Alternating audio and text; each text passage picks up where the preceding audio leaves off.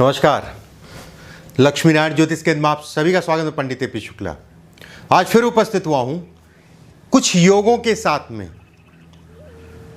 एक बहुत बड़ी समस्या है जिसे हम लोग कहते हैं मुकदमेबाजी, जेल योग, तरह तरह के झगड़े झंझट वाद विवाद जो कहीं ना कहीं सरकारी तंत्र में नुकसान देते हैं, उन पे आज बात करेंगे। जन्म कुंडली में कैसे देखें कि सरकारी तंत्र में कहीं उलझ तो नहीं जाएंगे, या किसी प्रकार का सरकारी तंत्र में कोई वाद विवाद चल रहा है, कोई मुकदमेबाजी चल रही है, या किसी प्रकार का जेल योग है और चल रहा है, तो उसके लिए क्या उपाय होंगे, कौन से ऐसे योग होते हैं जो इनको दिखाते हैं, इसके विषय में बात करूंगा मैं। और संक्षेप में आपको बताऊंगा कुछ योगों के बारे में। अगर ये योग हैं तो थोड़ा सा सचेत होकर चलिएगा। अगर इसको झेल रहे हैं तो उपाय मैं बताऊंगा, उन उपायों को कर लीजिएगा। चलिए शुरू करते हैं। कौन से ऐसे योग होते हैं जो सरकारी तंत्र से नुकसान को दिखाते हैं।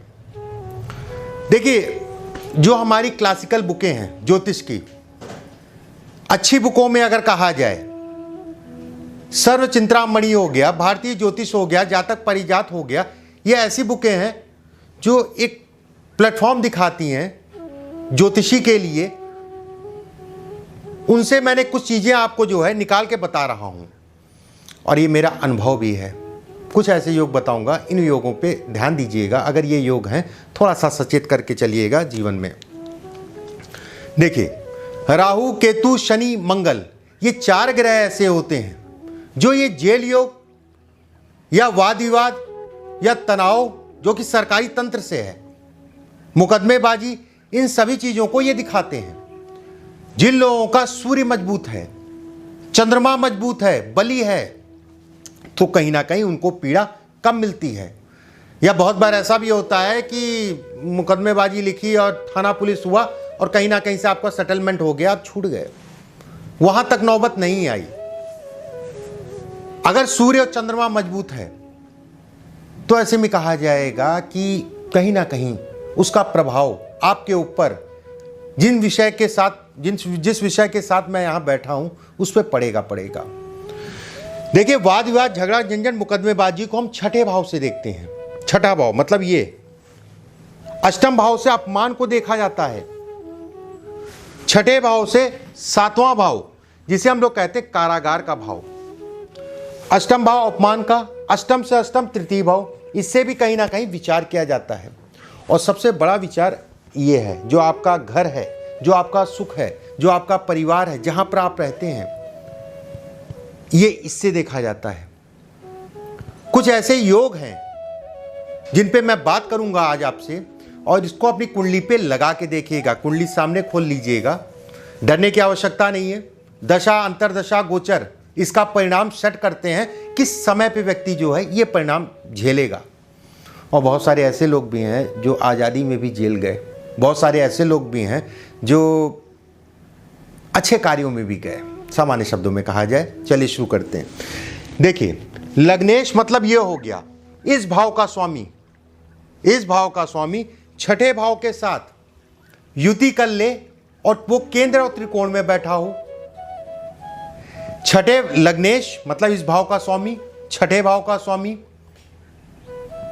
अगर केंद्र और त्रिकोण में बैठे हैं, राहु केतु शनि की युति है या दृष्टि पड़ रही है, राहु केतु शनि मतलब 3 ग्रह, अगर 2 ग्रह भी जो है दृष्टि डाल रहे हैं या 2 ग्रह भी जो है बैठे हैं, मान लीजिए जो है, थोड़ा सा और मैं संक्षेप में समझा दे रहा हूं। इस भाव का मालिक सबकी जन्म कुंडली में अलग अलग होते हैं। इसका मालिक गुरु है और इसका मालिक मान लीजिए मंगल है। मंगल और गुरु आपके केंद्र में बैठे हों या त्रिकोण में बैठे हों, और शनि, राहु और केतु 3 ग्रहों के साथ तो नहीं बैठेंगे, कारण उसका जो है राहु केतु 360 डिग्री पे होते हैं। अगर 2 ग्रह बैठे हैं एक साथ या 2 ग्रहों की दृष्टि पड़ रही है तो भी कहा जाएगा एक तरीके से जेल योग को दिखाता है, या फिर कह लीजिए कि सरकारी तंत्र से नुकसान को दिखाता है। जब भी छठे भाव का स्वामी, अष्टम का स्वामी और राहु के साथ युति करके द्वादश में बैठ जाए, अष्टम भाव का स्वामी, छठे भाव का स्वामी राहु के साथ युति करके जो है द्वादश में बैठे और उस पर किसी भी प्रकार की शुभ ग्रहों की दृष्टि ना पड़े, तो भी ये कहा जाएगा कि बंधन योग या फिर कह लिए मुकदमेबाजी। बड़ा स्पष्ट है, राहु जब मुकदमेबाजी में लाता है तो वो अचानक लेके आएगा। बहुत सारे ऐसे लोग भी होते हैं, या फिर हम लोग पास भी ऐसे लोग आए हैं जिन्होंने कहा कि मैं तो केवल गया था उनके साथ और मुझे कुछ भी नहीं पता था कि क्या होने जा रहा है, ये किस लिए ले जा रहे हैं। यारी दोस्ती में मैं चला गया और वहां जाने के बाद एक सिरदर्द पाल लिया, मुकदमेबाजी हो गई, बंद हो गया, यहां तक नौबत आई। वो राहु का काम है। अचानक शनि जब मुकदमेबाजी में डालते हैं और केतु जब मुकदमेबाजी में डालते हैं तो वो बहुत लंबी चलती है, या बंद कराता है फिर वो बड़ा लंबा चलता है, लेकिन दशा अंतरदशा गोचर ये जरूरी है। इसके बाद राहु मंगल की युति, राहु शनि की युति, राहु मंगल मतलब यहां पर राहु के साथ मंगल बैठ जाए, या फिर कह लीजिए शनि और मंगल यहां बैठ जाए दसम भाव में, या राहु और शनि, शनि मंगल, या राहु और मंगल। ठीक है, राहु मंगल, शनि मंगल, और तीसरा राहु और शनि अगर दसम भाव में बैठे और दशमेश छठे भाव से, अष्टम भाव से, छठे भाव से और द्वादश भाव से संबंध बनाए और उस पर किसी भी प्रकार की शुभ दृष्टि नहीं पड़ रही है, शुभ दृष्टि का मतलब देवगुरु बृहस्पति शुक्र की दृष्टि नहीं पड़ रही है, तो भी ये कहीं ना कहीं ये जेल योग दिखाएगा, सरकारी तंत्र से नुकसान को दिखाएगा और झगड़ा झंझट वाद विवाद को दिखाएगा। जब भी लग्नेश नीच का हो, सूर्य से अस्त हो, ऐसे लोगों को भी बड़ा सतर्क होकर जीवन में चलना चाहिए। झगड़ा झंझट वाद विवाद ऐसे लोगों का होता है और होता है फिर लंबा चलता है। जब भी चंद्रमा राहु और मंगल, चंद्रमा राहु मंगल की युति 12वें भाव में हो, चंद्रमा राहु मंगल की युति 12वें भाव में है, ऐसे लोग अनैतिक कार्यों में पड़ते हैं। अनैतिक मतलब जिसे समाज अच्छा नहीं कहता है, कार्यों में पड़ते हैं और फिर जो है भुगतते हैं, सामान्य शब्दों में कहा जाए। लगन या सप्तम भाव के अगल बगल में कोई ग्रह ना हो या शुभ ग्रह ना हो। लगन मतलब ये हो गया, इन दोनों भावों के अगल बगल में कोई ग्रह ना हो। सप्तम मतलब ये हो गया, इन दोनों भावों के अगल बगल में कोई ग्रह ना हो, तो भी कहा जाएगा कहीं ना कहीं ये बंधन योग है। जब भी लगन या सप्तम के दोनों ओर कोई ग्रह नहीं होते, ये भी बंधन योग कहलाता है। दसम भाव में अगर राहु और शनि की युति हो, दसम भाव में राहु और शनि की युति हो और कोई ग्रह ना देखे, कोई ग्रह ना देखे, और दसम भाव में, मैं इस पे आपको समझा देता हूं, राहु और शनि की युति अगर दसम भाव में है और इस पे किसी भी प्रकार की कोई शुभ दृष्टि नहीं पड़ रही है, इससे अष्टम भाव में मंगल हो, इससे पंचम भाव में मंगल हो, तो भी कहा जाएगा बंधन योग। इसे भी हम बंधन योग कहते हैं और ये कहीं ना कहीं जो है झगड़ा झंझट वाद विवाद सरकारी तंत्र से नुकसान को ये भी दिखाता है। जब भी द्वितीय भाव, ध्यान से समझिएगा, जब भी द्वितीय भाव, पंचम भाव, नवे भाव और द्वादश भाव, द्वितीय भाव मतलब कुटुंब, पंचम भाव मतलब संतान, नवा भाव मतलब भाग्य, द्वादश भाव मतलब व्यय, खर्च, मुकदमेबाजी इत्यादि चीजें हम लोग द्वादश से देखते हैं। दो या दो से ज्यादा पापी ग्रह हों और किसी भी शुभ ग्रह की दृष्टि ना पड़े। फिर से समझिएगा, जब भी द्वितीय भाव, पंचम भाव, नवे भाव और द्वादश भाव में दो पापी ग्रह हों और शुभ दृष्टि ना पड़े, सूर्य और चंद्रमा स्वाति नक्षत्र, मघा नक्षत्र, अश्वनी नक्षत्र और शतमिषा नक्षत्र में हो, तो भी कहा जाएगा कि जेल योग या बंधन योग या मुकदमेबाजी चलेगी, वो लंबी चलेगी। मुकदमेबाजी चलेगी, वो लंबी चलेगी, सरकारी दंड या सरकारी नुकसान को ये दिखाता है।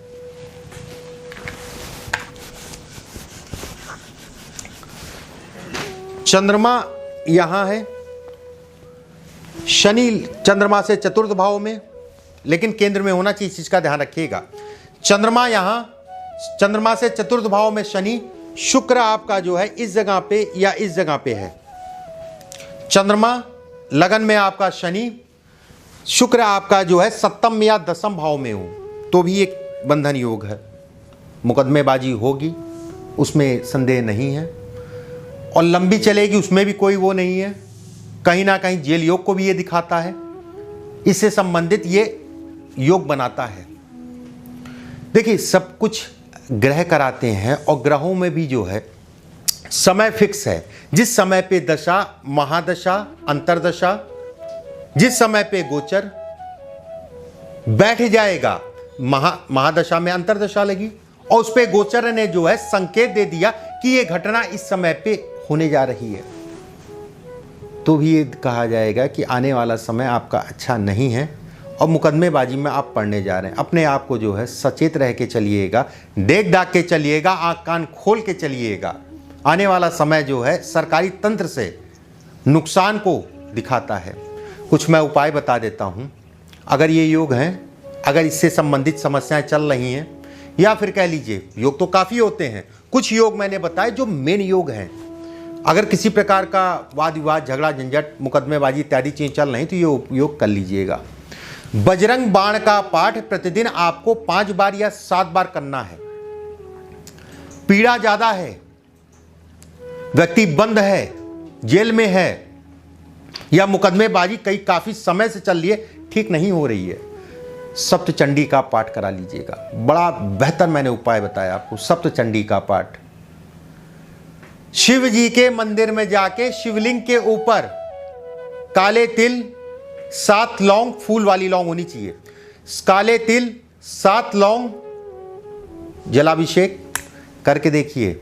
अगर समस्याएं हैं तो उसका निवारण भी परमात्मा ने बना के रखा है। करिए इसको, जो है इससे आपको लाभ मिलेगा ही मिलेगा।